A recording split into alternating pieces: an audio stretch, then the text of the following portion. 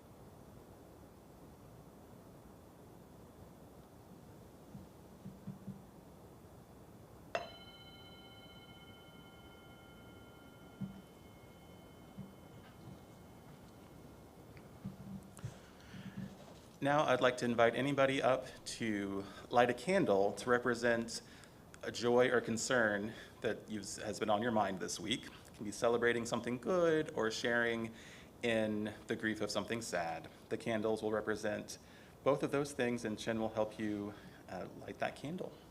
And at the end, we will light one more candle for all of the joys and concerns of folks watching on YouTube or those that just go unexpressed today.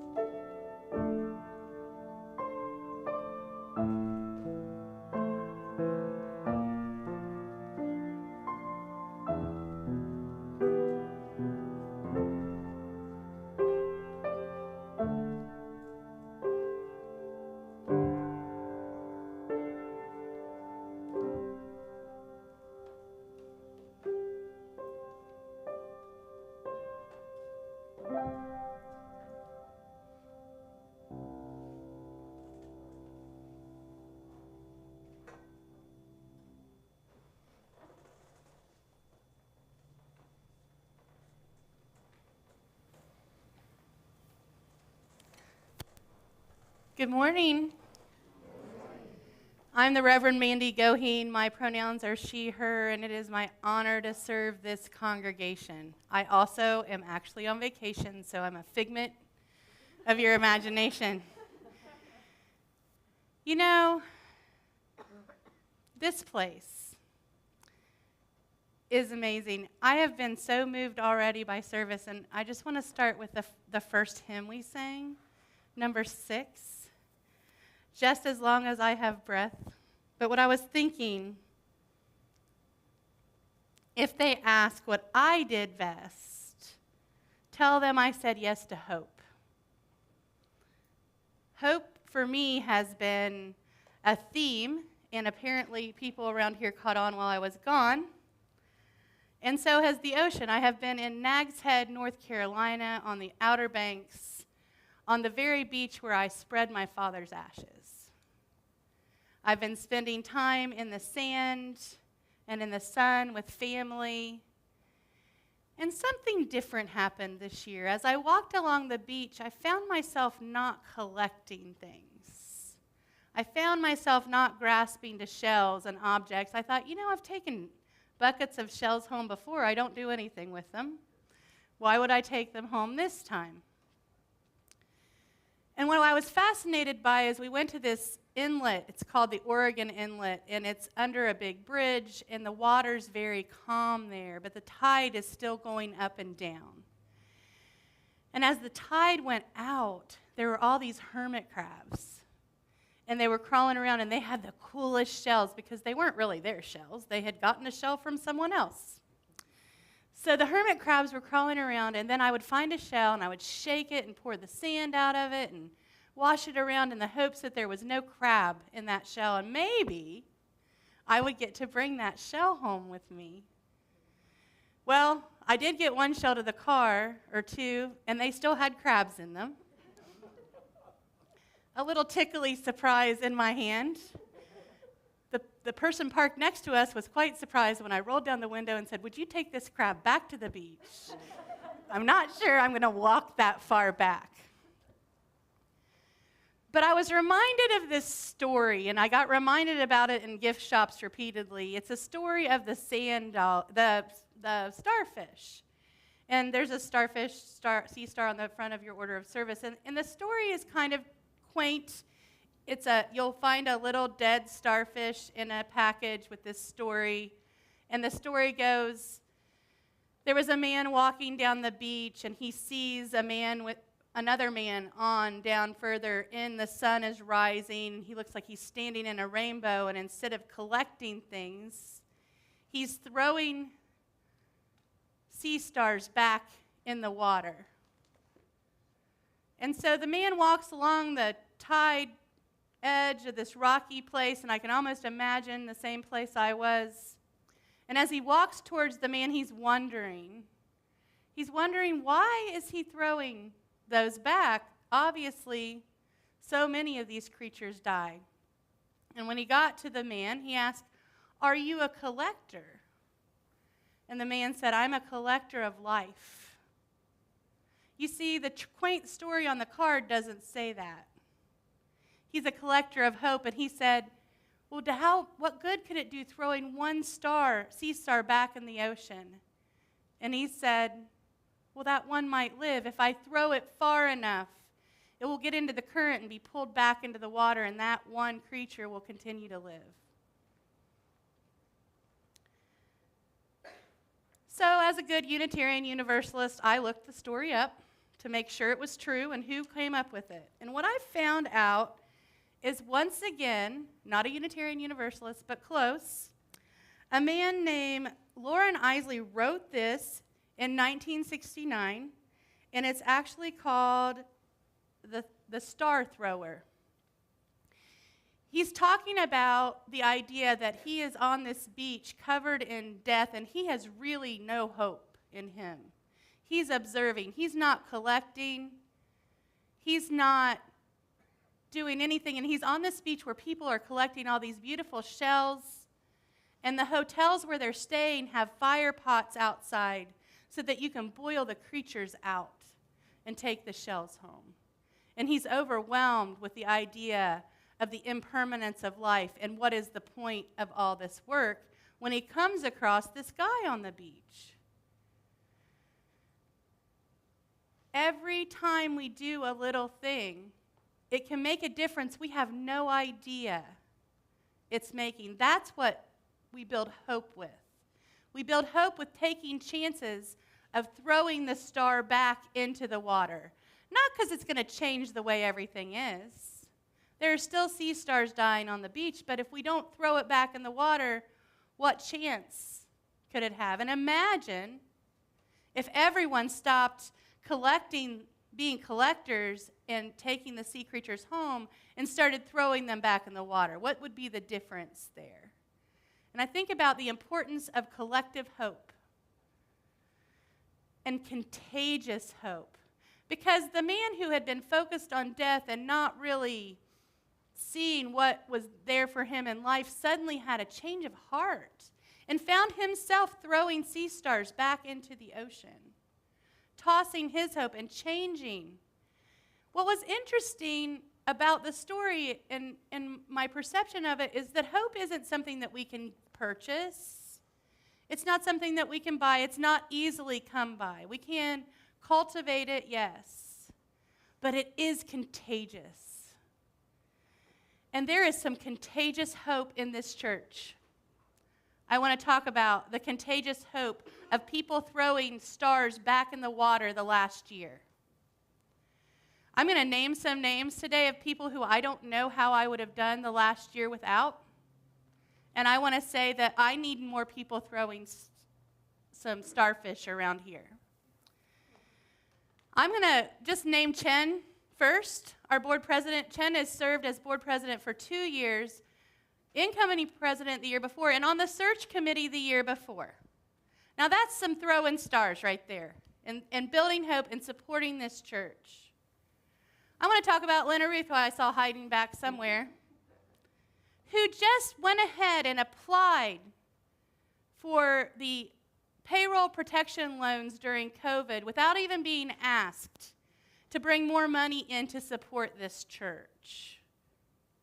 I want to talk about Dady and Charlotte and Talia, who have rewritten our bylaws, all ready to go next year to revise and review and move on with the kind of governance we have. No one saw them throwing those stars. Christian has kept us in community in a way that moves me every time I go to a picnic, for crying out loud. And, people see that, and it's contagious. So Christians holding events, and then the next person starts. And that's what we need around here, is the next person to start throwing stars, because some of us are getting a little tired. Arms getting sore, Chen? The thing is, as a collective, we can build more hope and make it more contagious, not just here, but throughout the world, throughout Chattanooga. And more people see, what happens when people walk into our church and see us loving and hoping and being positive. It is hard out there right now. No one would argue with that. It's weird to be in public. It was weird to be on vacation. It was weird to be in a house with my family again. At the beach, we forgot how great we didn't get along. I forgot it was stressful to manage anyway. Somebody said, how was vacation? I was like, yeah, it was vacation-y. Yeah, very busy, very busy. What I like about the starfish story is it comes from a scientific background. Isley was an anthropologist, an educator, philosopher, and a natural science writer, and he was compared to Thoreau in his passion during the 70s for writing about people's relationships with nature and relationships with hope. And I think part of my need to have a natural metaphor like a starfish is it helps me think about it outside myself. How does hope work outside myself? I know when I catch it, but how do I watch for it? What do I do? I watch people go out every Monday and protest on the corner from this church. Judy Gallagher, without even blinking an eye, and Judith Pedersen-Benn got involved with some gun violence action a couple weeks ago with me, and we just did it. That's what we need to start doing, is just starting to do it. There is hope for our environment. I love the story, Charlotte, by the way. Thank you, perfect. And the opening words and the song. That's what's so interesting to me, that the contagion of hope is like, I just walked in here and everyone was on the same page and I didn't even know it. Andy was like, oh, you changed what you were talking about. And I was like, of course I did. This all goes together. You see, I don't want to collect things that are bad or dead. I didn't bring back seashells, the beautiful ones in the store, because it reminded me, and this is going to go a little economic for a minute, it reminded me of capitalism where things are destroyed in order to benefit. And it reminded me of how much of my money in my life goes towards things that hurt the earth. Airplane rides, driving my car, all these things that hurt. And how this church is a place where I can put some of my treasure and talent so that things might be more positive and the earth might be more well and we might be in community together and there will be justice. What a better place than Starbucks to put your $10, right? And I think that's the thing about giving at church, giving your time, talent, treasure, star throwing, all those things, is that we get an opportunity, particularly in this cool church, to put some money behind love and hope and justice. We don't get that in our everyday lives. And until I read this story, I didn't really get it either. I was thinking, by going out and doing the work, we're feeding our time, talent, and treasure into justice. By going out and purchasing things and trying to make ourselves feel better, we lose out. You know, I went on vacation because you go on vacation, right? That's one of the things you do, and you think you need a break. And when I walked back in here this morning, I said, thank goodness I'm back. It's not that I didn't need a break, but I like the perspective change of being gone. But being with all of you and hearing the choir and seeing people singing and being together, wearing masks, coming up with ideas of how to be together during COVID is just so hope-bringing to me. The other things that have gone on around here that nobody noticed have gone on YouTube.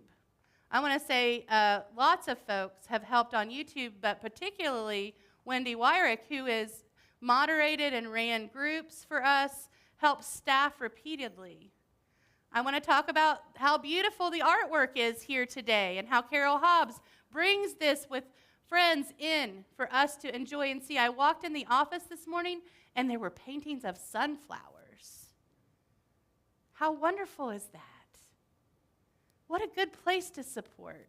What a good place to be part of. Look at this art. Look outside at the grass Dave Ben has mowed and Lucy and Tim a million times, and the weeds that have been pulled, and all the things I'm forgetting to say that y'all do. And it almost sounds this time of year when we're doing stewardship and we're doing our annual meeting, it might almost sound like we're not doing enough. Almost sound like, oh, we need more, we need more, we need more. That's not what we're saying. We're saying together we can do more, to bring more hope, to bring more love, and to bring more justice to us. And I think that when people see us acting like that it is infectious. And the next thing we know, a church down the street who may have not been as welcoming as we are sees how welcoming we are, and it's contagious. We can't just focus on the inside of this place and people who are like-minded and get along. It is relaxing. Don't get me wrong, to be with all of you. It is, like I said, I felt it this morning. We need to be challenged by people around us, and we need to be loving, and we need to be hope spreaders. I spent time with family this week, and we have some different political views. But you know what? We spent more time talking about what we agreed about and the goodness of people. We talked a little bit about politics. We talked a little bit about gun control. People were concerned. I am concerned. But we found out, regardless of our belief system, we all believed we could do better together. If one person just stands on the shore and throws starfish, that's pretty amazing. That could change some things. But when we all stand on the shore together and throw starfish, we not only bring hope, we become a force of hope and positivity in the world. But we can't do it unless people start throwing some more starfish. We need help. The staff needs help. We need more volunteers. I love the folks I named. They're amazing. Please don't exhaust them to the point of leaving. Let's take care of people who are doing the work around the church, and let's join in. If you see it, my kids, there'll be like a potato chip bag on the floor that they dropped, and it just stays there, and we step over it all day. I'm not picking it up. I didn't drop it. Are you going to pick it up? No, I didn't drop it. But the environment changes once someone just says, oh, I'll just pick it up. It's not a big deal. And let's go of the argument and the thought about like, oh, he did that. He should pick it up. That's his responsibility. Just bend down and pick it up. You see something that needs done around here, I promise it will bring you joy to do it. I promise. Might be hard, might be a little stressful, but we're going to have fun while we do it. Do you love to sing? Do you love to dance? We don't have any dancers. Maybe we need a dancer, a church dancer. I mean, there are things we can't even imagine that we can do together here. I am not the church dancer. I will dance, but might be a good way to make some money. Make her stop, make her stop. Don't sing either.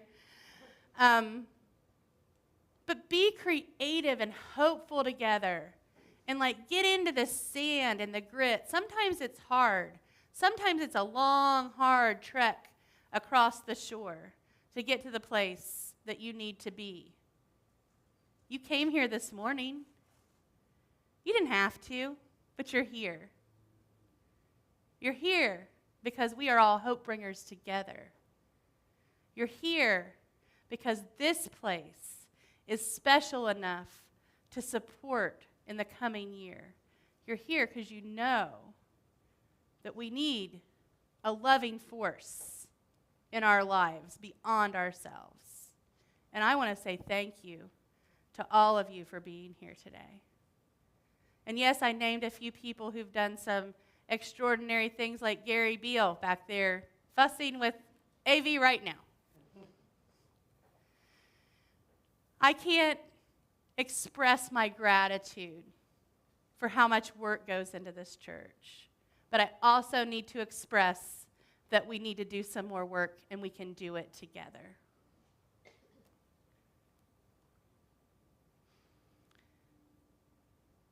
So we're going to transition into talking about money a little more specifically for a minute. So we're going to talk about the stewardship campaign during the annual meeting. We're going to talk about how some people haven't remembered to pledge yet, named Mandy, Goheen, sorry. We're going to talk about how we're kind of doing okay considering how many people have pledged if the rest of us pledge. But what is pledging? Does anyone know what pledging means? Why would you do that? Oh, Chen does. Oh. Why would you pledge to this place? Your pledge, even if it's one starfish to support this community with your financial support, your pledge brings hope to Chattanooga. Think about that. This isn't just about this place. Every dollar that we pledge to this place is used to budget programs so we can keep doing exciting and fun things together.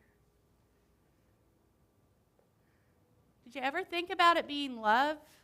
Your pledge is love. Your pledge is love. Your pledge is a promise. And it's a very technical promise. It's like, I think I can give this much money this year. I think. That way you think you can make a budget. We'll talk about that later too.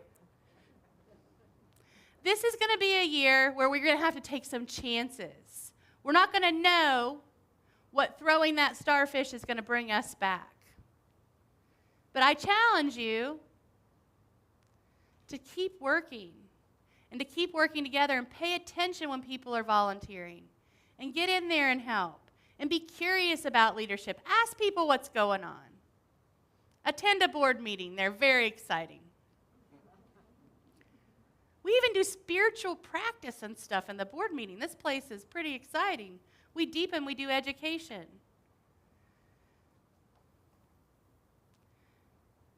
Just think about throwing one more starfish. And think about what we could do if everyone in this room, how many are you? I don't know. What if we all increased our pledge by $5 this year? For some, that's a lot. For some, it's $5. But if everyone did it together, that's a whole nother picnic we could have, y'all. That's leadership training for our new incoming board president. That's chocolate and candy for bylaws writers. And wine. That's flowers for somebody who's sick. It's a promise that we're going to bring hope together. So pledging is important. Membership is important. But it's not all there is in this church. But it is all there is we're going to talk about today because it's the annual meeting. The reflection on that is that we can do this together. This is going to be a year that might be a little challenging. We're going to have to plunge in with hope. But I know this is the right place for that to happen. I know you all. I know you pretty well. You all picked really cool stuff to play and do today. I know that we love the history and the art and all these things. And I know that we're going to work harder together, building hope and building community this year. And I'm proud of that fact.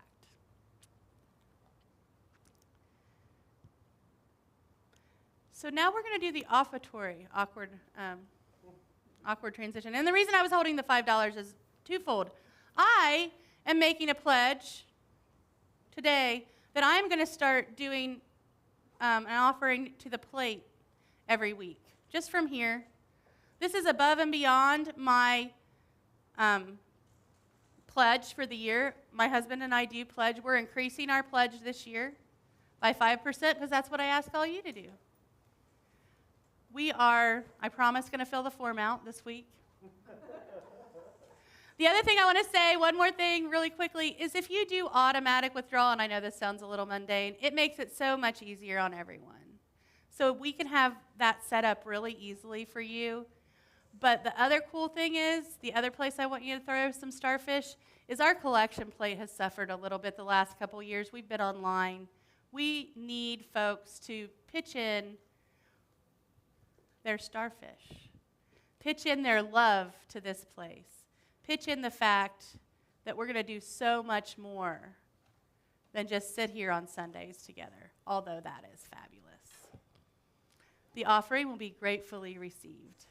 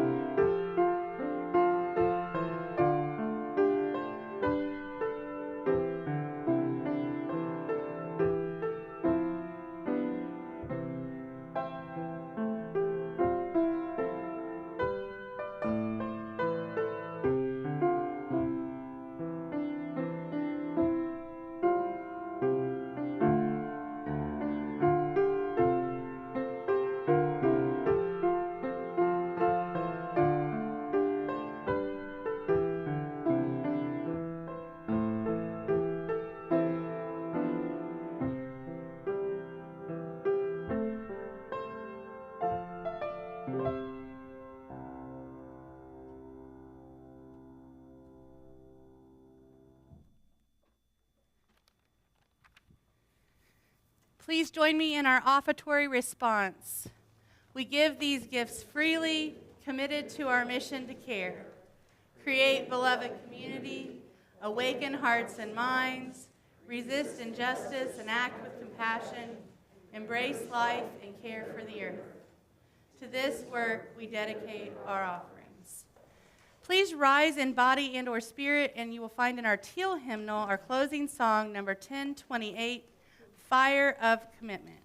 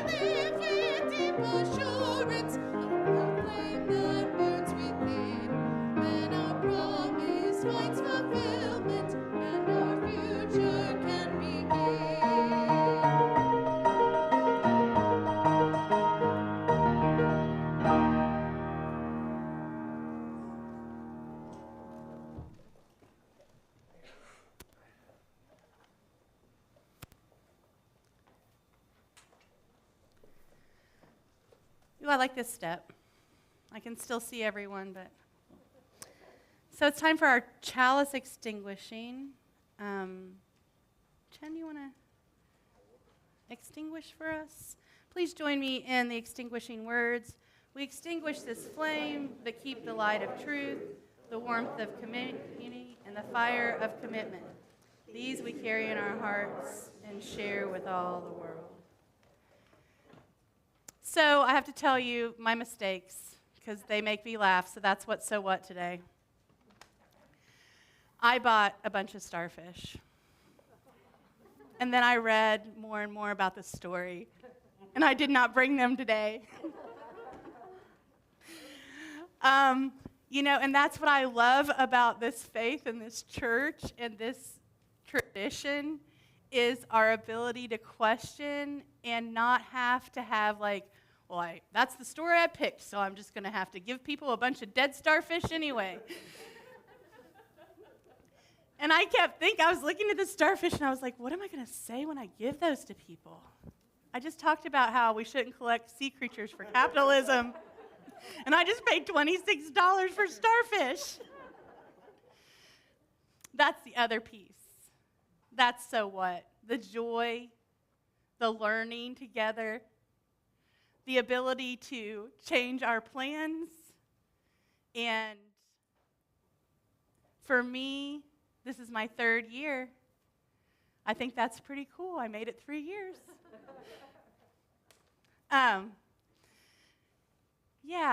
Just the idea that we're in a place where we can switch gears together and experiment and try new things and not be so attached to the certainty of the outcome that we get held up.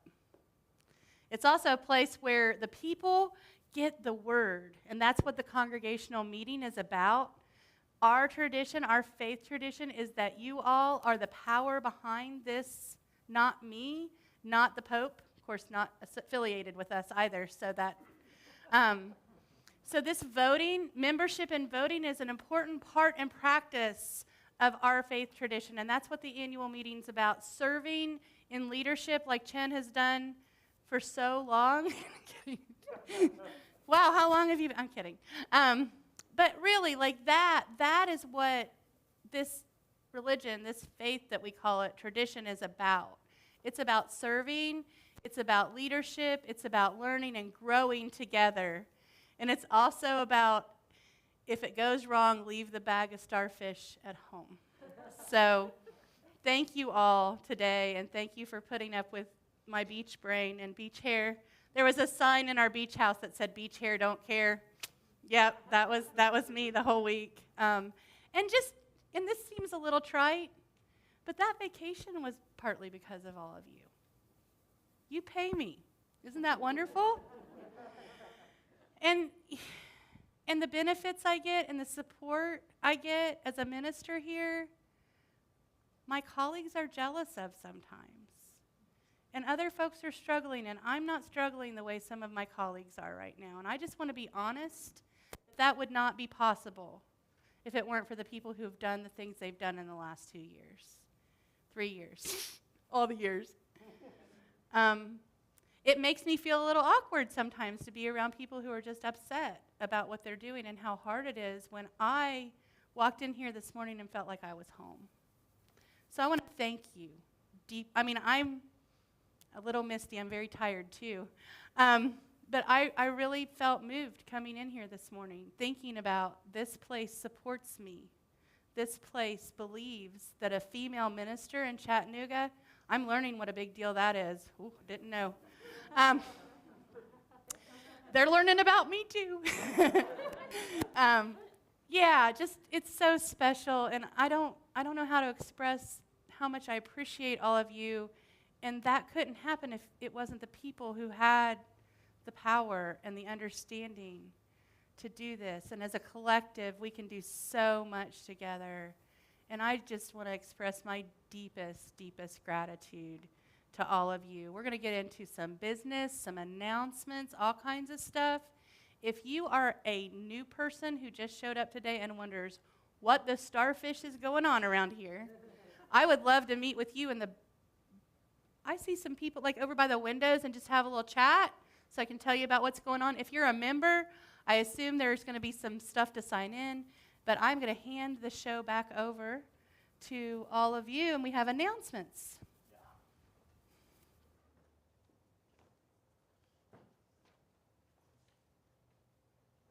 This one's still on. Can you hear me?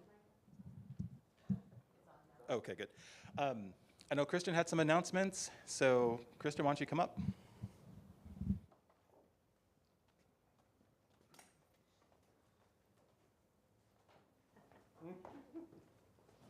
Morning, everybody. I'm filling in for Selena, who isn't here today, and I'm coming with a topic here that I brought from yesterday's March for Life, which was truly exceptional. And a big thank you, Jay. You stepped up here last Sunday to invite us, and that was the main reason that I went. So thank you, Jay.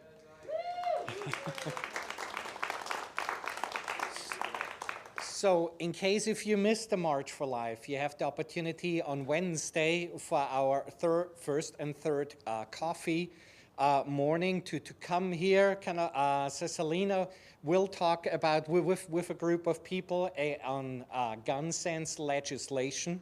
So if you haven't had the chance to express your opinion, or if you want to learn some more, come this Wednesday.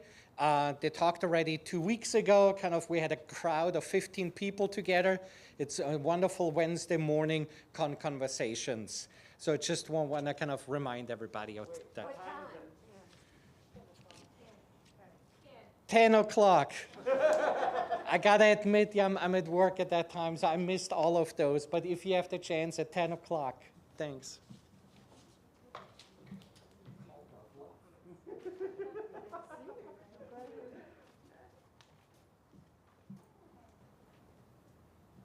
The Social Justice Committee would like to remind you, I made an announcement last week, but the Juneteenth Parade is happening this coming Saturday, it's Saturday, June 18th.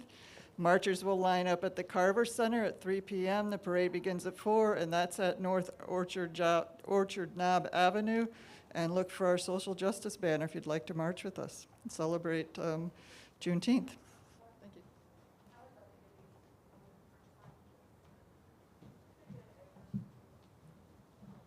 All right, any other announcements? Roger.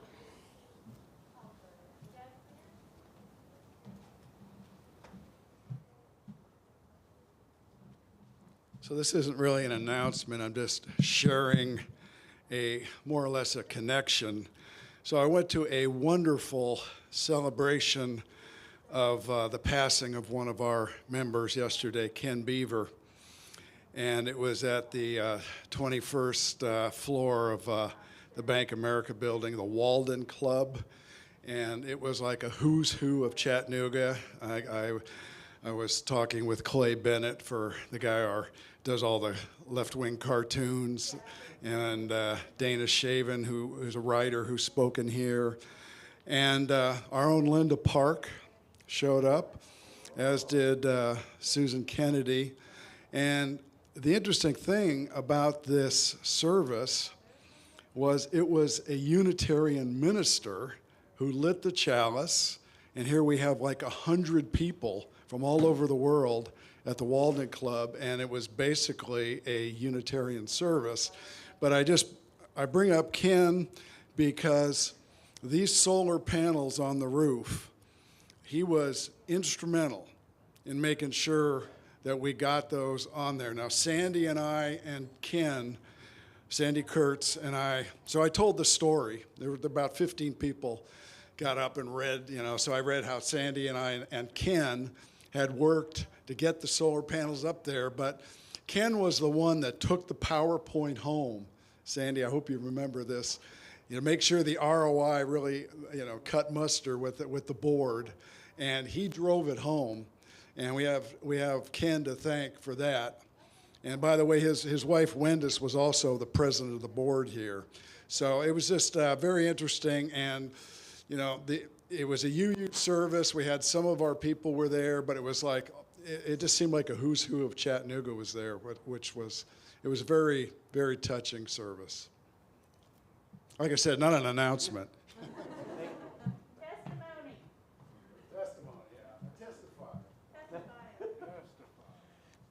So we've reached the end of our service.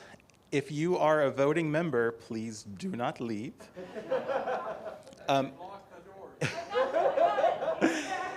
If you are a visitor, please feel free to go if you want to stay for some reason and watch our very technical meeting. You're invited to. But let's take a real quick break just to take care of any needs. And then I will ring the bell when it is time to come back in about 4 or 5 minutes, let's say.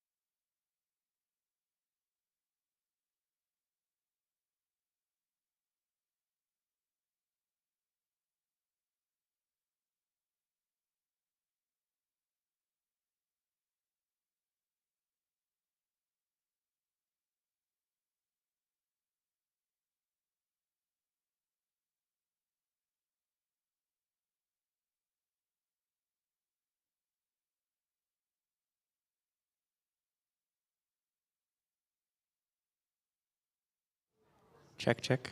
Ooh.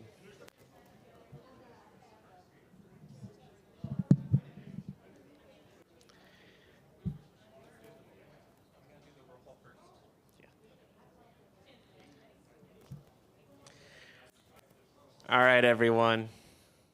It's about time to start, so make your way back to your seats. Intermission's over and the show must begin again. Begin again, yes. Ooh.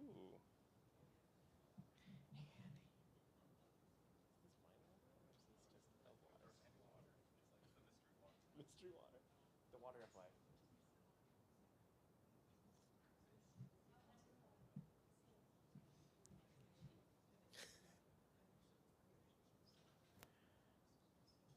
All right, people getting coffee, quickly get coffee and come back, please. Last call for coffee. Carol, shut them down. Tell them to get to their seats.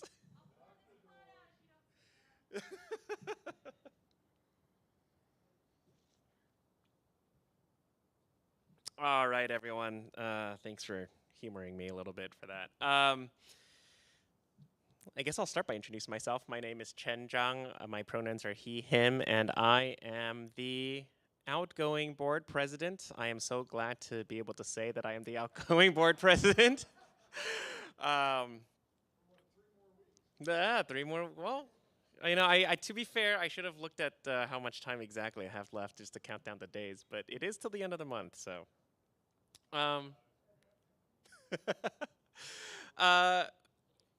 So I have had the privilege for serving for the past 3 years on the board, but I think more thankful that I get to lead the congregational meeting for the first time, really, since this is the first one that I am attending as a board member in person. We haven't had it.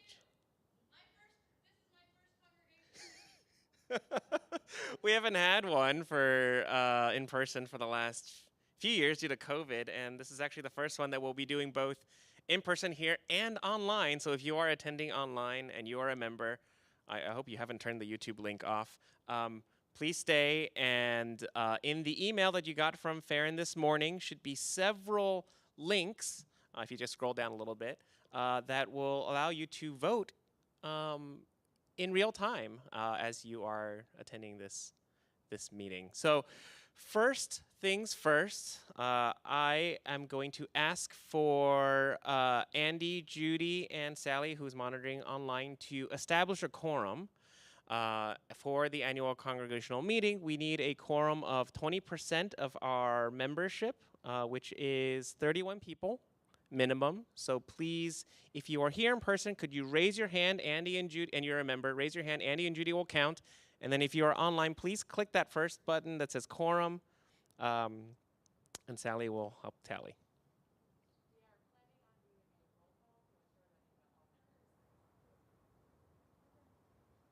So put your hands down, we're going to do a roll call. We're planning to do a roll call.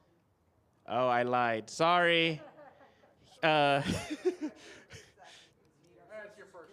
To err is human. So I'm just going to go down, so raise your hand if you're here. Lee Adler. Amber Asmi. Am I saying that right? Osme. Osme and Jonathan. Okay, we got them. Gail Audier and Robert Audier, not here. Charles and Teresa Bates. Gary and Terry Beal. John Beck and Terry Beck. Dave Ben. Melissa Bennett.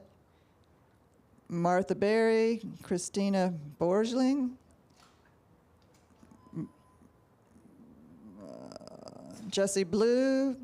Chris and Lynn Boshier, sorry. Jerry Bowman and Jessica Bowman. Denise Brochetti, am I saying that right, Denise? You were here, I saw you earlier. Denise, are you still here? She must have left. That's right. Leslie Brock. Jenny Brown.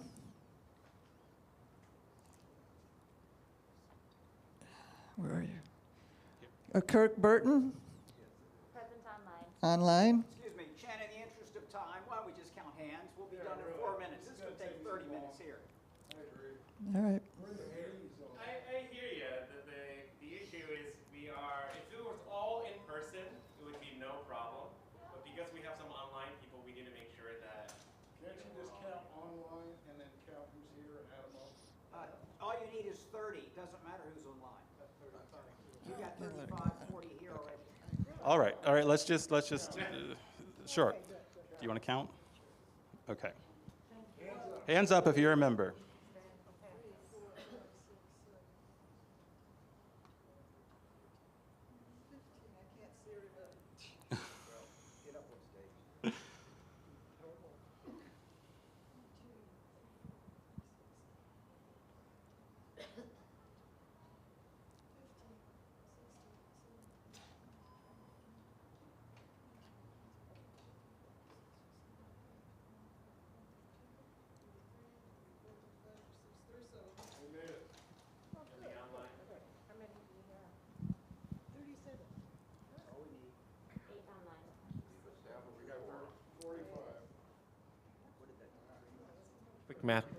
Quick math, Roger. Thank you. And good suggestions, Bill and Roger. Thank you. We've established a quorum, which means we can proceed with our meeting, which I will just give a quick, brief description of for our new members. I know we've had quite a few members who've joined in the past 3 years and that we haven't held one of these. So if you'll just give me a brief second. So the annual congregational meeting is, as Reverend Mandy said, a chance for voting members of the congregation to practice our fifth principle? Sheesh, which principle is it? The use of the democratic process. And it is our chance to really play a role in deciding the immediate and the long-term future of our church. And today we have a few things that we as a congregation will vote on. First, we are going to be voting on representatives to the Board of Trustees for next year.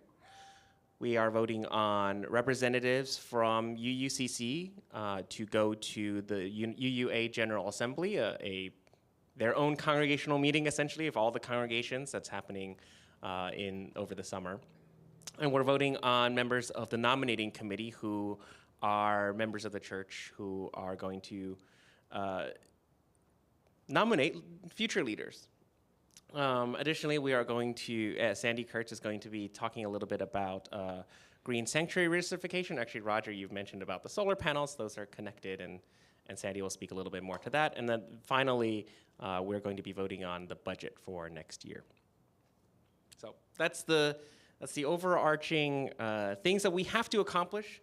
I want to use this time to speak a little bit about my experiences as board president over the past 2 years, just to give a recap of the things that we've accomplished as a church. Rev Mandy has already said a few of those things in her sermon earlier, but wanted to just give a recap on what has happened. And I kind of want to make this a participatory activity. Rev Mandy mentioned that she couldn't remember everything, and I certainly cannot remember everything either. So if there's things that I've missed or accomplishments that you want to call attention to, please let me know, and I'll share it out so everybody can hear. But first, I guess I'll reintroduce myself. My name is Chen. My pronouns are he, him, and I am the board president of UCC for the past 2 years. For those of you who know me well, maybe this is familiar territory, but for everyone else, I am outside of UCC. I'm an avid cyclist, although I haven't really been doing that since I've had to work from home. And Sally and I, my wife, Sally and I just recently had a baby, so that's actually that's prevented us from cycling, and a lot of those things happened, while I was president. So I feel like those things kind of connected. But really, I want to bring this back to 2 years ago when I started when I first stepped up to be board president. And I don't know if you remember 2 years ago, but we certainly weren't in this building. We were all online thanks to coronavirus. And we were all stuck at home. And now we're here. So that's a pretty big change in the last 2 years. I remember one of the first things that happened when I was board president, and this is actually in May of 2020. The board voted to close the church for the first time. At that time, the UUA recommended 1 year, which after 1 year was deemed not sufficient, and we remained closed for a little while longer.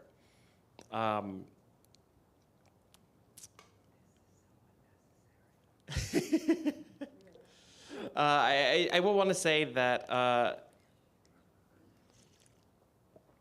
in the time that I've been here, we've opened the church.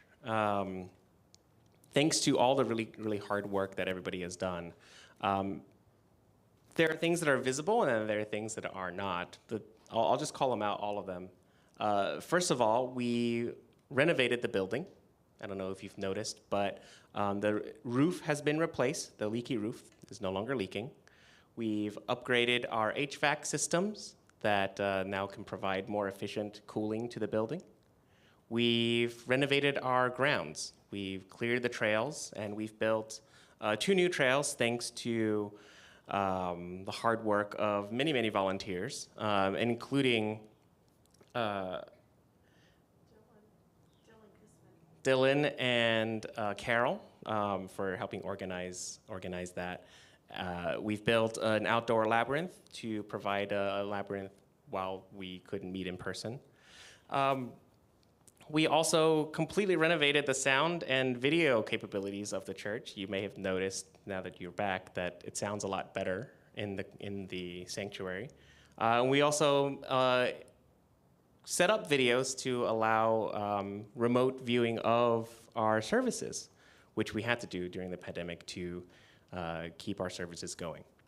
We also hired brand new staff for almost all of our positions. We have, in this past year alone, hired Farron, our new amazing office administrator.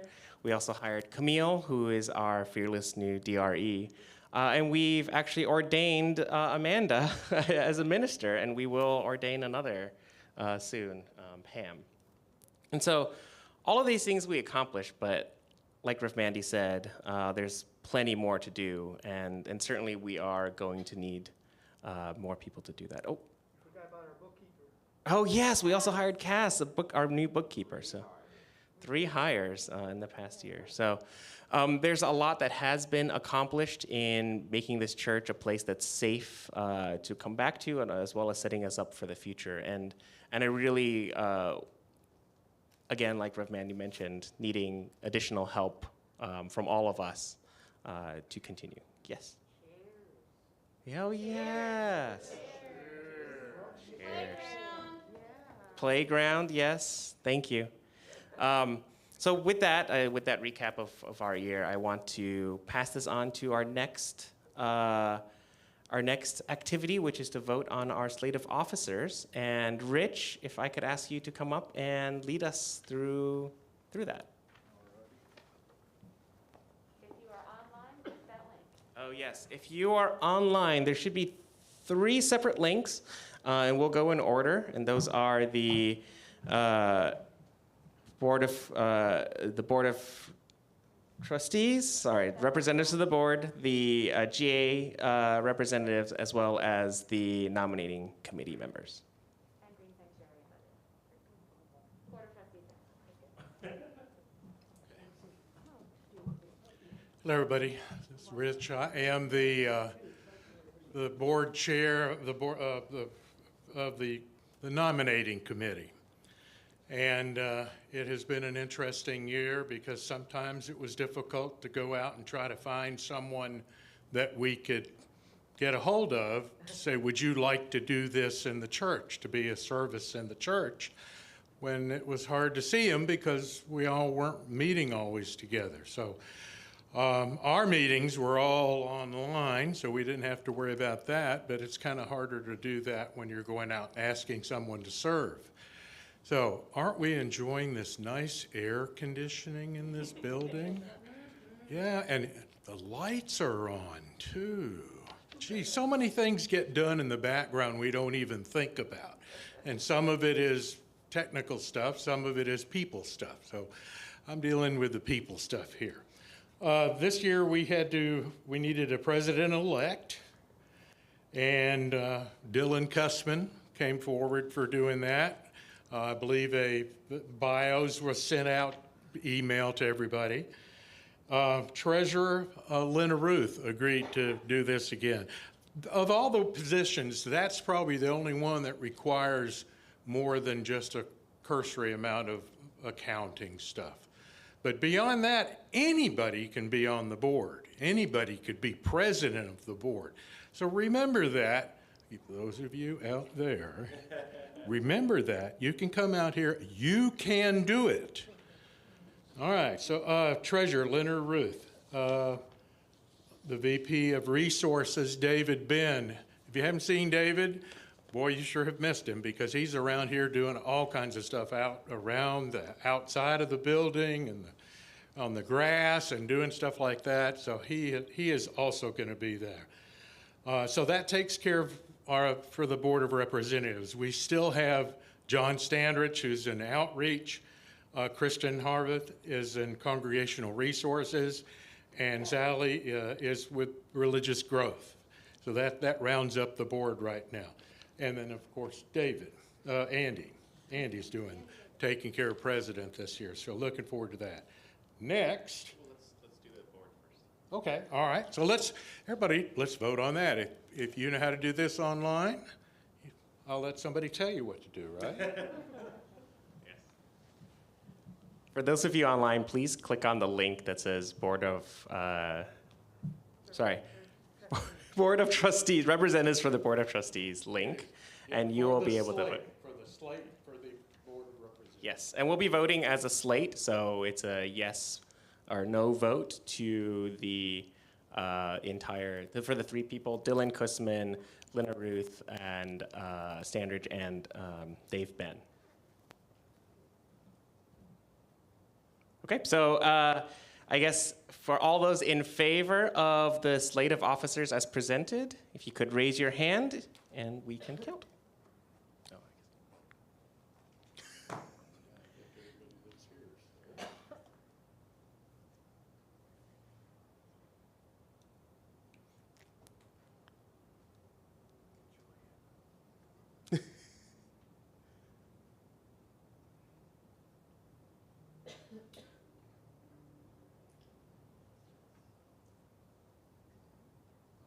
We have 5 yeses and 2 we're still waiting. Okay. But did we count everybody in the sanctuary already? Yes. Okay. Okay, I'm gonna put our hands down for that. All those opposed to the vote? All those abstaining? Okay. It sounds like it passes. All right, so Rich, give you. All right, next order of business is in June, I think it's the 22nd through the 26th or something like that, is the General Assembly. In my mind, I consider that to be kind of like going to Mecca. You have to do that at least once in your lifetime. If you like that kind of stuff, you can do it more often. It's like swallowing a fire hydrant. I have been there under 2 circumstances, and literally it was like, man, you couldn't go over here, over there, and see this and see that, and just lots of stuff. We have one person that has agreed to be a delegate, and that was Nikki Osbeck.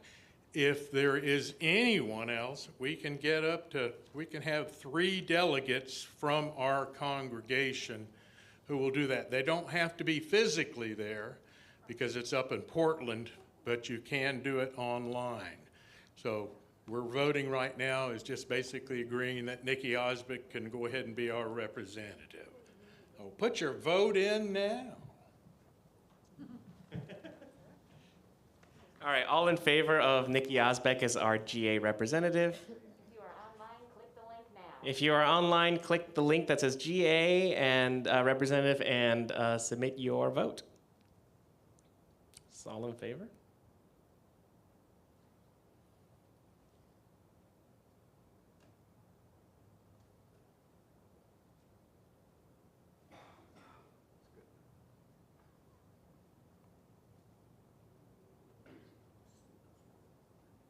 Are we good? Okay, all opposed in person? All abstaining? Okay, I think that passes as well. Our nominating committee can hold up to 6 folks in it. We have been operating with 4 that included Judy, included myself, Emily Sartain, Roger Davis. And so we only had 4 at the time. We have picked up, thanks to asking some folks and people saying, sure, I'll do it. We got Lucy Taylor and Dady Springer. Dady, have you ever been on the nominating committee before? Oh, good. This will be a great experience.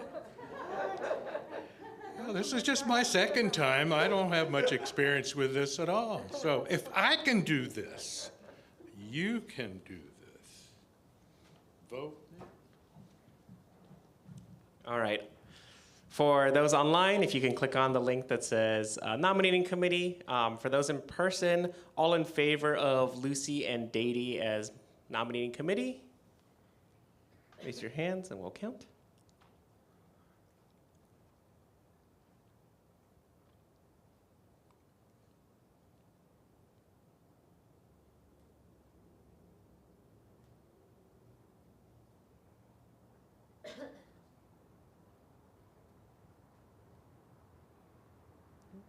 Okay, thank you. All opposed? All abstaining? Okay. And I'd like to put out another one. Like I said, we need 1 more person to be on the nominating committee. If you'd like to do that, come stop me, grab my nose and talk to me. And we can see about having that 6th person. Many hands makes the easy work. Thank you, Rich. And now I would like to ask Sandy to come up and give an introduction to the Green Sanctuary Recertification.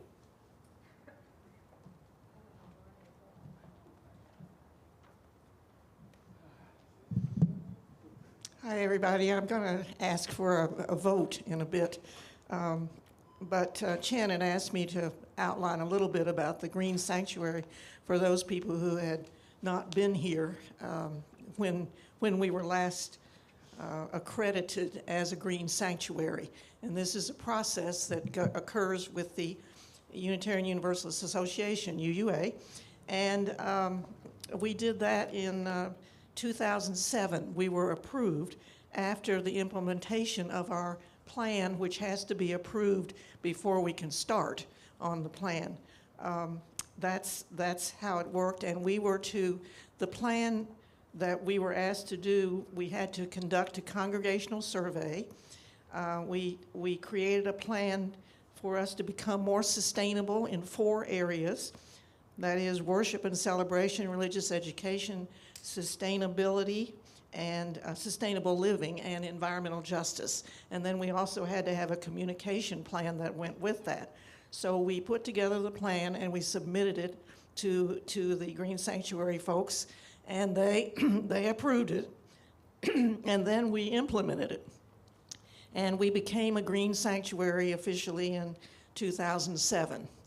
And we were recognized at the General Assembly that year. Dady was there, and she picked up our plaque, which is back in the back there. A Green Sanctuary, according to the 7th Principle Project, is when a congregation lives out its commitment to the earth by creating a sustainable lifestyle for its members as individuals and as a faith community. So that's the basis of what we're going to try to do here in the future. Times have changed, of course. There's more to do. We know more about sustainable and climate change. And the push here is for congregations to rise to the crisis. That's what they're saying. And by that, they mean the climate change crisis. So our Unitarian, I'm quoting here, the Unitarian Universalist faithful response calls us to bring an individual and collective gifts together to act with bold, inspiring, collaborative, networked, and effective leadership to ensure a livable world for all descendants and create climate justice with those who are systemically oppressed.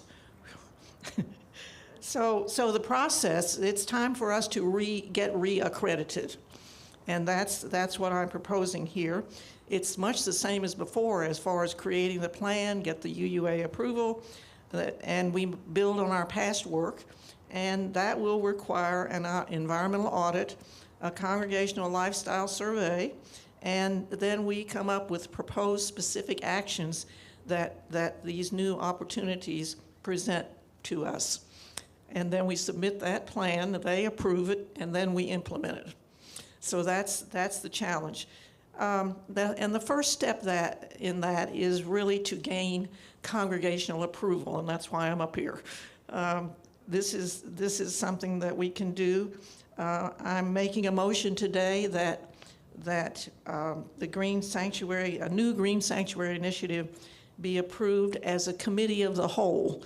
That is, all of the congregation will be on the Green Sanctuary Initiative Committee, so to speak. We'll have leaders, and we'll be asking anybody and everybody to do something to help in some way. So the motion is for us to become a committee of the whole with the goal of obtaining Green Sanctuary reaccreditation. John has a question. Oh, that's the second. I thought he was questioning. Discussion? Yeah, sure. We have a discussion on it? The way it starts out. How long do we have to come up with a plan? No timeline. No timeline? If you go to the website to look up Green Sanctuary at the UUA, the website has all of these forms and all this process, and they will ask you to do it. But what I'm proposing to do, assuming we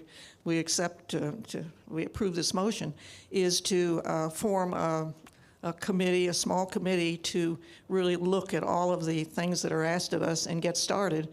And we will probably do that by Zoom. I think it's too hard to get people to come to meetings in person here in the sanctuary, and it's more complicated than we can do after church. So you're going to be asking for volunteers for this committee? I already have some, but yeah, sure. Anybody that wants to be on the committee, let me know, and I'll put you on our list. Any other discussion? All right, Chen, turn it over to you to take the vote. All right. I will call the question, call the vote then. If all in favor of the Green Sanctuary Recertification Initiative? If you are online, click the link. Thank you, Sally, for reminding. If you are online, please click the link that says Green Sanctuary Recertification.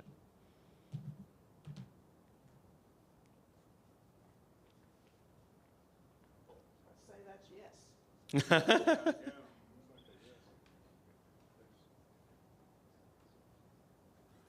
Okay, all opposed? All abstaining? Okay, I think that is a yes, that's right. Okay, and now we get to our vote on the budget. I'm gonna ask, looks like Andy and Terry, if you are gonna join. Speak a little bit about our stewardship and give an update on that first, and then Roger will give a presentation about the budget. So we have a real quick visual representation of our pledges thus far. As you see, Terry is playing bartender. She is putting out the bottles that represent the amount of pledges that we have budgeted for. It's around $150,000. And so these bottles represent all of the wonderful things that we are going to do next year. The grounds, the education, the facilities, the salary for our wonderful staff. But the reality is we don't have all these bottles. So she's taking some away. We have about 59% of that. I think we have about 88,000 in pledges thus far. So we need more pledges. These ones here, we're not going to be able to do all of the stuff that we have planned if we don't get the pledges. And she's also looking, she wants to serve the wine. So she has these glasses. These represent all of our members. These are people who joined the church and have the capacity to pledge. However, out of the 113, 114 households or so that we have, of these wine glasses, we only have about 2 wine glasses worth of people who have pledged. That's the households. 33 pledges have been received so far. So in order to actualize the budget that we're about to vote on, we're going to need everyone to pledge. And so we're going to keep asking until we get as much as we need. This is not the last chance you have to pledge. We're going to ask people to continue to dig in deep and to pledge. I know that, like Rev Mandy, I need to do that when I get home as well. So I know there's you out there that, like me and like Reverend Mandy, who just haven't done it yet. Yeah, we're not going to get to have the wine. Wait a minute, you said you're going to have to ask people for more stuff all the time until we get it done? It's like NPR. Get that pledge drive out. Yeah, and we will probably be, doing more, shenanigans like this until we have the pledges that we need. Skip. I have had people tell me they don't know how they're supposed to pledge. You should have gotten a card in the mail that we were asking you to bring back and place in this wonderful box. There's also an online form, and we're just gonna keep reminding them. And so we will send out more things until we get it back. So that's a good point, Skip. People might not know how to pledge, and we're just gonna keep on giving them ways to do it. You can go to the UUCC website, and there it is, big as life, right in the middle. And we also have some other cards in the back, and then we are going to probably be doing another mailing for the folks who haven't pledged yet. So that is our little visual here. Thank you, Terry, for bringing up this idea. I had no idea how to visualize it, so that was all Terry. And I'm going to pass it back to Chen. And I will pass it right over to Roger.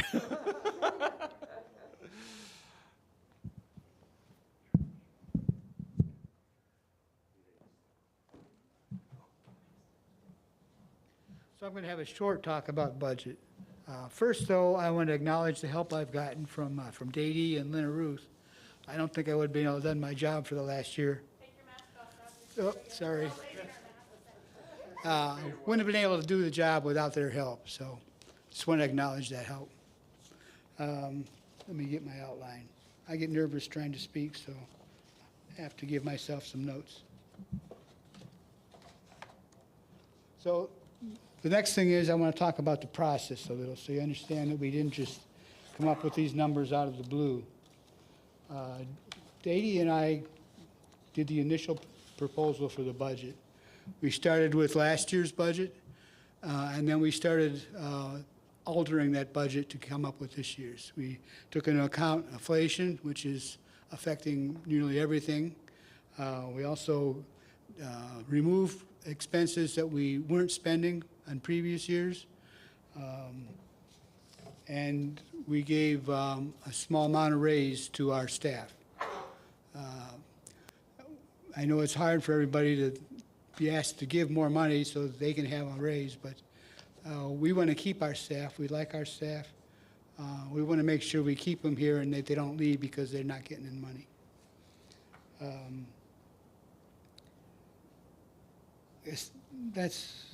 And then the review process. After we finished that initial proposal, we had a slightly larger group of people, including Rev Mandy and a few others, Lena Ruth, and did another round of review on the budget. When we got through with that and made our adjustments, we took it to the Finance Committee. And again, we made some more adjustments. And finally, we took it to the board for approval. One of the major changes that was made in the course of the review is since we're coming up short of what we need, we decided to cut the funding to the UUA. We have been doing a fair share of giving. We cut it in half this year.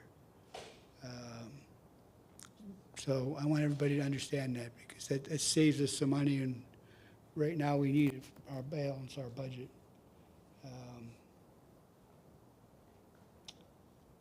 And then we come up with a budget. Everyone should have gotten a copy of the budget in the mail.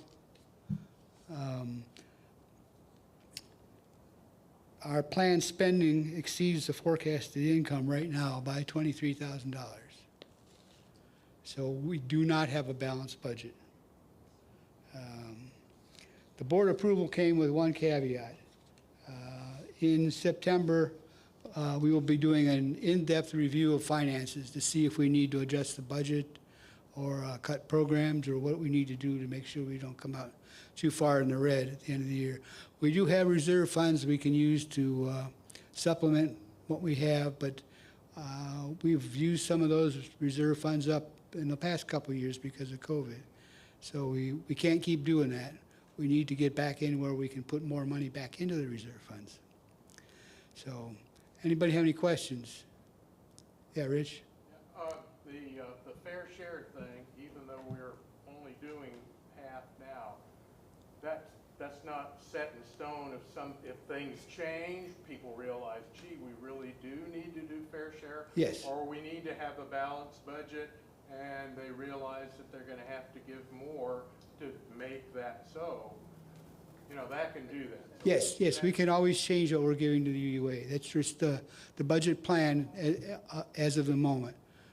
If we get more money in, we can increase that amount because we space that payment out over the year. So it'd be easy to come up with more later. One more question, I'll follow Sure. up there. How many pledge totals have we got out of our church right now? Not total amount of money, how many pledges?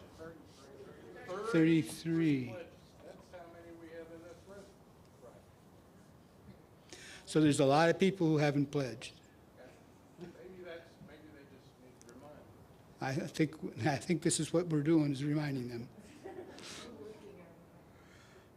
you need to have a buffet meal or something.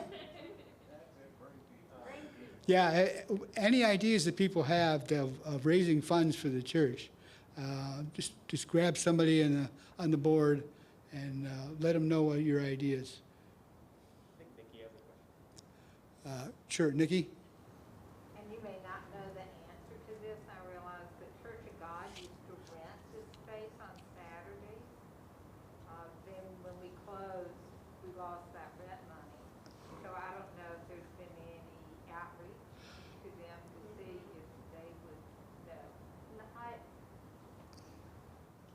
Yeah, Reverend Mandy's going to answer that question. I'd love to answer that question.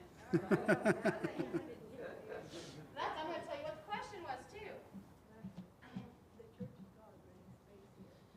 So, in the past, we had a solid rental by Church of God on Saturdays. And during COVID, that fell away. I have, as your minister, request we don't reach back out to them. Their values do not align with us. They are anti-LGBTQ openly, and I personally don't really want to be paid with their money. Is that clear? But thank you for the clapping. Somebody gets it. But I'm not saying that we aren't going to utilize rentals. Actually, I have someone who's working with me on creating a plan for renting and advertising rentals on Saturday. We want to push rentals. We just want the folks that rent here to align with our values. Is that cool? That's the long, short history answer to that. And Church of God cleaned out their closet finally, so we even have a closet downstairs. Church of God got their closet. Okay, bye. Well, If there aren't any more questions, I'll turn it back to Chen to do the, go ahead, Christian. Roger, can you remind us in this budget, what is now the total pledges that's in the budget? And how far are we away from that right now? Well, what we put in the budget was $150,000. And we have achieved that in the past, but not recently. So we're out there percentage-wise, so how many thousands are we away from it? I don't know. Any up here? So far, as of yesterday, I believe, 88,000 has been received in pledges. So 62,000. I want to make sure that everybody in this room understands that we're right now $62,000 short. And I'm right. And I'm right. So Christian wanted to make sure everyone understood online and here that we are $60,000 short. And I think, as we see this little drinking display, which all you use appreciate, I think that when we come back in September, instead of this being bad news, I think when we come back in September, we may be able to up the amount we give the UUA. We may have some really solid things. What we need to do in general as a congregation is just be better at following through with volunteer and obligations to the church, and we need to be clearer with communication, which we're also working on. I think that we had some communication issues. Farron and I are spending a whole week on that next week, just on looking at communication and how we, as staff, communicate to all of you. So we've identified some problems, some resource income resource, but I'm a glass half full. So, and I just want to encourage you that without that I think we could be fair share again by September. Not that we'll be in the hole more and we need to get rid of stuff, but we may be able to create an even more justice-oriented budget then. And I appreciate Christian asking for concrete numbers because I think that's so much easier to understand than percentages. $60,000 sounds like a lot for an individual, but considering how many more people we have to pledge, I think it is not even a problem. Let's just do it. And we have achieved that before, that number.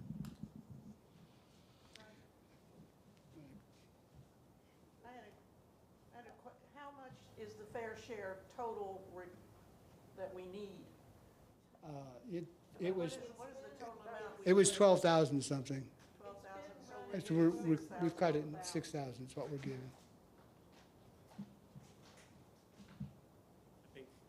What about the cell tower? We still getting money there? Yeah, definitely. We're getting more money now than we have in the past. They're putting another antenna up there and giving us more money, and the rent for what we even had has increased. So that definitely has increased. And everybody should know and kind of thank Bill Derrickson, who has been Bill. about that, and has been actually pushing them up in the offers and the money. Yeah. I have a question. I'm sorry, I'm new. If you guys already do this, please excuse this question because we're still figuring out what everybody does. But since we've got some new ordained ministers and it's wedding season, is there any kind of like outreach for hosting even same-sex weddings or LGBTQ friendly weddings or renting the space? Glad you asked. Yes. No, we're not advertising. That's what we're talking about, like, as far as the rental. I've already spoken to our pretty soon to be ordained Pam Johnson. I know there's another wedding officiant that can also dress like Santa Claus in the room. And so one of the things we're going to do in advertising in this idea to rent out is focus on weddings and this being a venue. So, yes. Yeah, like any creative ideas we have, the reality is not everybody pledges anymore. We need other income streams in addition to increasing our pledges for the budget. So both are yes. Yep.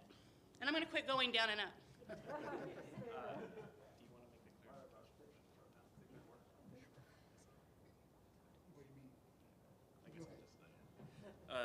I just want to make a really quick clarification, and this isn't, I don't mean this to scare people or to make it sound worse off than what it is, but we're talking about in the proposed budget, pledging being set at $150,000, which we are not there yet. We are $62,000 short. But I don't want to give the impression that by meeting $150,000 and relying on pledges alone is going to get us back to a balanced budget. Our budget shortfall of $23,000 is with the inclusion of meeting our $150,000 pledging goal, and which gets back to what Reverend Mandy was saying, needing to look for other revenue streams, such as through rentals, such as through event spaces, to make up that difference. So I just don't want to give the wrong impression that by meeting our pledge goal that we will no longer have that $23,000 shortfall. And part of the recommendation from the board and then approving a budget with a deficit is that it wouldn't be realistic to just mark in our proposed budget a significantly higher and unrealistic pledging goal to balance it out. We wanted to represent what we think is realistic, present to the congregation that this is what we are expecting. There's difficult times, but like Rev Mandy says, together we can come together and really meet those challenges head on. Yes, sorry, yes, I forgot this is what I'm here for. So yes, I would like to call the vote for the budget. If you could, do you have the numbers in here? I just want to give a recap of the exact numbers. Yes, and Sally says the budget and the number of the spending. Oh,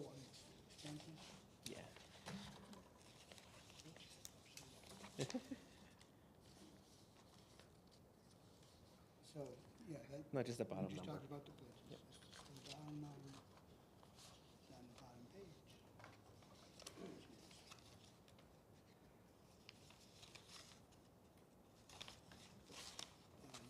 Okay, perfect. Yes, so we are. Over here in this column. Oh, thank you. Excellent. So we are proposing a budget of $215,384. $215,384 for our budget. Expenses. Of expenses, yes, for the fiscal year 2022-2023. Okay, all in favor of the budget? Oh. You have to say, if you are online, click the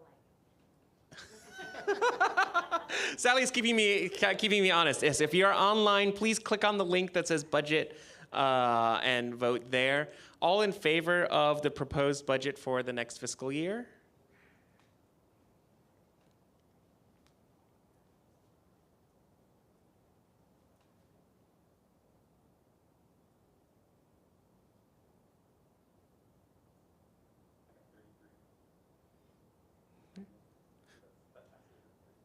All opposed?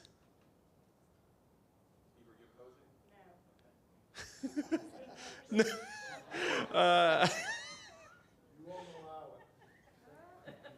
Steve Hollingsworth, everyone. All abstaining? Okay, no, I don't see any in-person opposition or abstentions. Okay, so,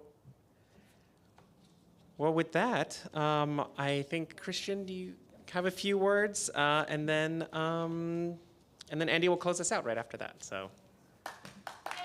Yay. Thanks, Roger.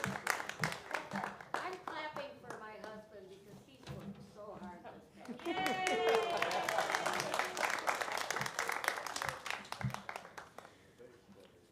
Well, I got the fun job to today. I got the fun job of thanking especially people who have served in the last year on the board, and I'll talk to maybe a little bit more about it. So I'm starting with people who served on the board, and we want to thank them especially for the work that they did. So Roger, if you can come back up here, as Roger was treasurer. he jumped wholeheartedly into a job that none of us really understand how challenging that is until you're suddenly stuck sitting down with Lena Ruth and she explains it to you, and you're just shocked by it.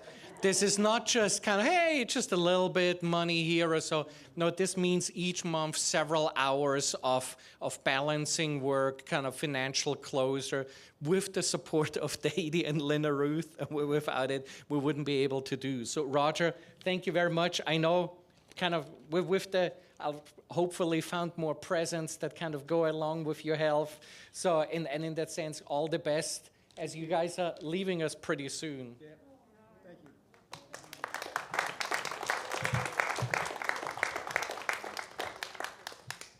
The second one, I'm not sure if Amy is online. She is. Okay, Amy, this one is for you as our outgoing VP for resources. We mentioned all the items that have been here. That means last year she dealt with people who fixing the roof, fixing the HVAC, making sure everything is fine for the sound and video guys on the church grounds, setting all of the trails up. It was a lot of work in the last year, so kudos to you, Amy, and I'll bring it to you maybe personally by this afternoon.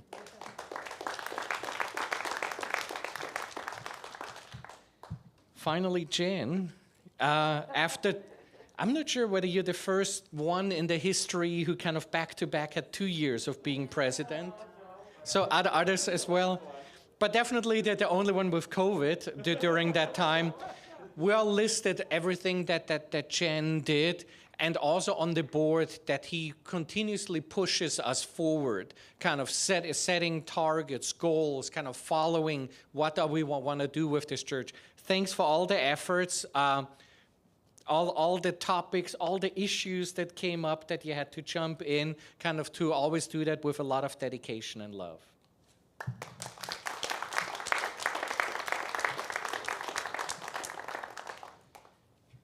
Then I got here, since I brought it just a few more here, I want to thank especially as Mandy reached out to find people to run the stewardship campaign kind of on short notice, to both Terry and Andy kind of to jump into this. So a thank you to both of you guys.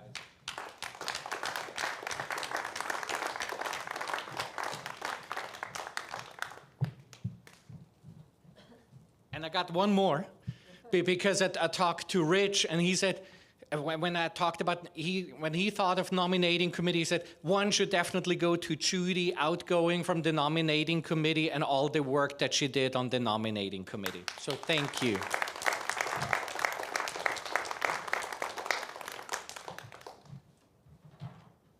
Thank you.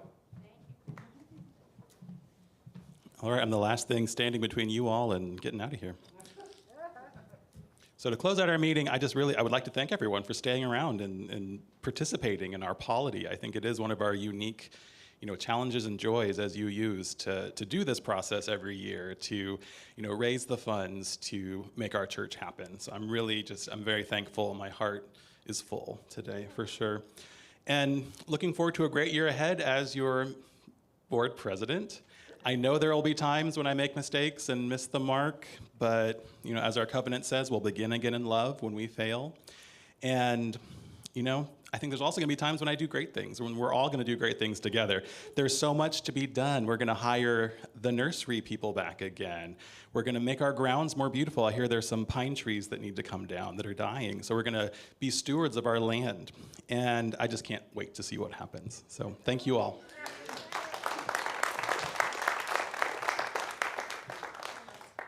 You thought he was last. You thought he was last, but I sat up here and didn't get back down. I just want to say thank you to everyone for coming today. I want to say the board of trustees in this church and the volunteers of this church, we are an amazing place. I want to thank everyone, and I want to thank you for your trust with the budget. I think we're going to do this. It's just going to take some focus and hard work.